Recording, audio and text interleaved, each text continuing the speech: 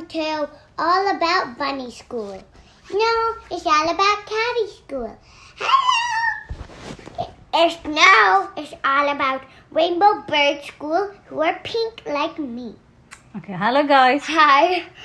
This is Ira and Swati. Read today's stories. Bat versus Oh, I was about to say that. Bat versus Bat versus Paws. Bat versus Paws. Mick, the Paws and her sisters. There's some facts in the book. Okay, guys. Mick, the Paws and her sisters 3 lived in a sprawling paperbark tree that grew by a tumble-down terrace now. They danced in the moonlight and slept down below. Guys, comment down below if you have ever seen a paperbark tree before. Then one night something dropped with a growl and a squeak and plopped into the tree with a yowl and a shriek. What could it be? They crept up to see. A big fruit bat dropped from the top of the tree. Okay, guys, so you might have think like fruit bats eat like blood, but they actually don't eat blood. They eat pollen, which is honey, and they eat some fruits, which is mainly good because luckily they don't bite you. They don't bite you? Yes. He rose and extended his claws with a crack. When he gave a loud belch, the girl shuffled back. I am Squabbles the Bat, he said with a grin. You can push off, cause I am moving on in. I'm Squabbles the Bat. So Mick took her girls to the cramped lower space and wiped all the tears from their sad little faces. The night was not fun. They were too scared to move. Squabbles spat and he shrieked and he burped and he pooped. Coca and Magpie flapped over unstrung. They lived down the tree above Bluey the tongue. You have got to get rid of that tiresome freak. You are bigger than us. Be firm with him, Mick. Sir, since we are hearing you all over town, perhaps tonight you might try keeping it down. The bat winked an eye and suddenly spat, and Mick tumbled down with a bump, thump, clump, splat.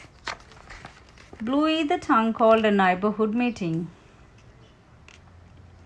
While Squabbles slept high above, snorting and bleating. We might as well leave, a minor bird cried. No one can deal with that crazy bat guy.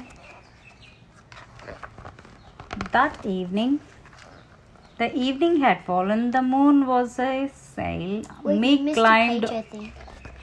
Oh yeah, I did. Mick gazed over the arguing throng. And a plan hit her suddenly, sharply and strong. I have got it, she said.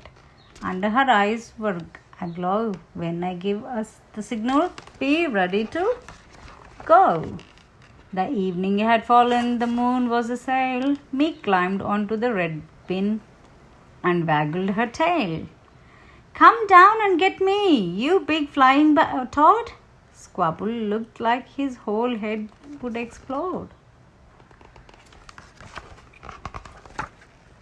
Did I miss again?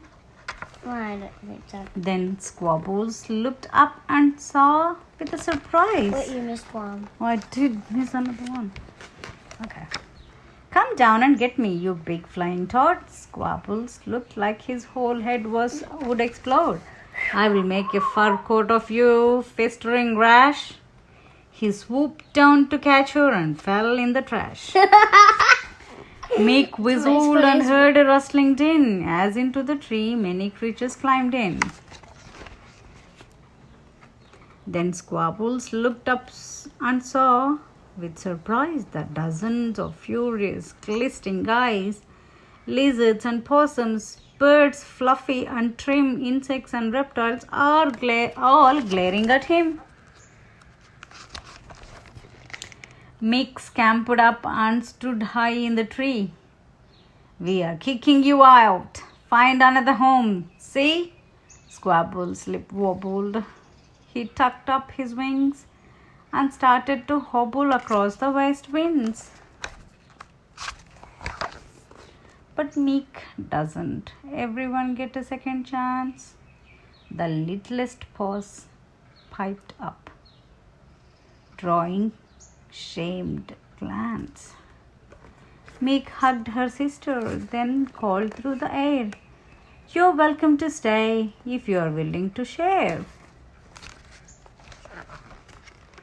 Now Meek the Paws and her sister 3 still live in that sprawling paperbark tree with Coco and Magpie and Squabbles the Bat. They mostly get on with occasional spats. But Squabbles now share and he tries not to brawl.